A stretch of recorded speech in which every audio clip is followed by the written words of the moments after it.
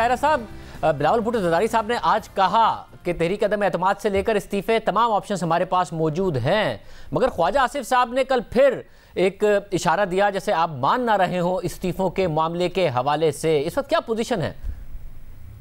शाहजेब साहब, ये जो हमारी है ना जी, ख्वाजा साहब ने कहा और अपोजिशन की जमातों के अंदर जो इत्तेहाद है उसमें कोई प्रॉब्लम है। जो सवाल है कि हम आज बिलावल साहब ने कहा कि हमारे पास अदम एतमाद का भी ऑप्शन है, इस्तीफों का भी ऑप्शन है, आज बाकायदा उन्होंने अपनी प्रेस कॉन्फ्रेंस में कहा है।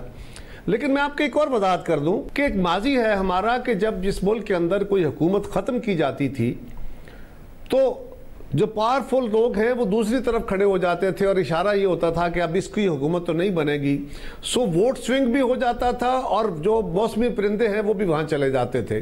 सो इशारा पक्का हो जाता था कि जनाब अब इसने हुकूमत में आना है, तो उसको वोट पड़ जाता था।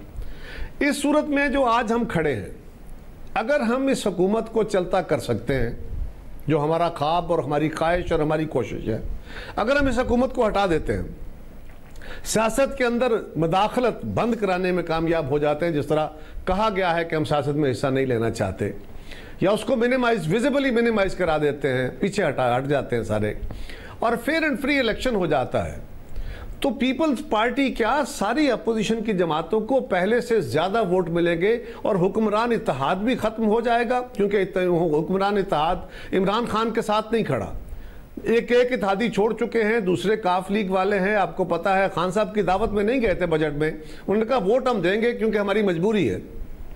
इसी तरह बाकी इत्तेहादी हैं वो भी छोड़ देंगे, और खान साहब की जमात में आए हुए जो मौसमों के लिहाज से आने वाले लोग होते हैं, जो इक़्तिदार के लिए आए थे, वो भी अपनी अपनी पनाहें ढूंढने चले जाएंगे।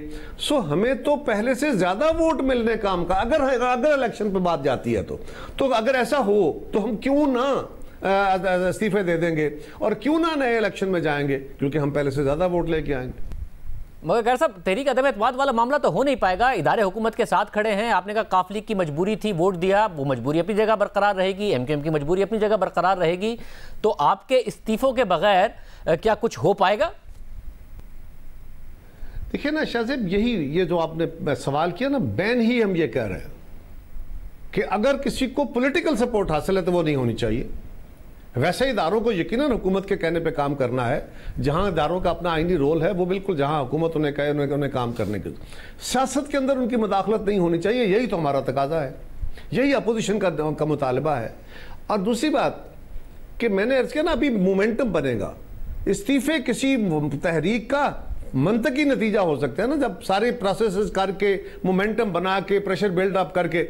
अभी हमारा एक जलसा नहीं हुआ, सिर्फ ऐलान हुआ है, तो हुकूमत बुखलाई हुई है। यानी जब वजीर आजम साहब खुद अपने आवाज पे काबू नहीं पा सकते, उनके वज़रा नहीं पा सकते, तो आप समझ लें कि क्या सूरत हाल है। थोड़ा सा मोमेंटम बिल्ड होगा, इसीलिए हमारी एक कमेटी बनी हुई है और वो फैसले करेगी कि कौन सा काम हमने कब करना है।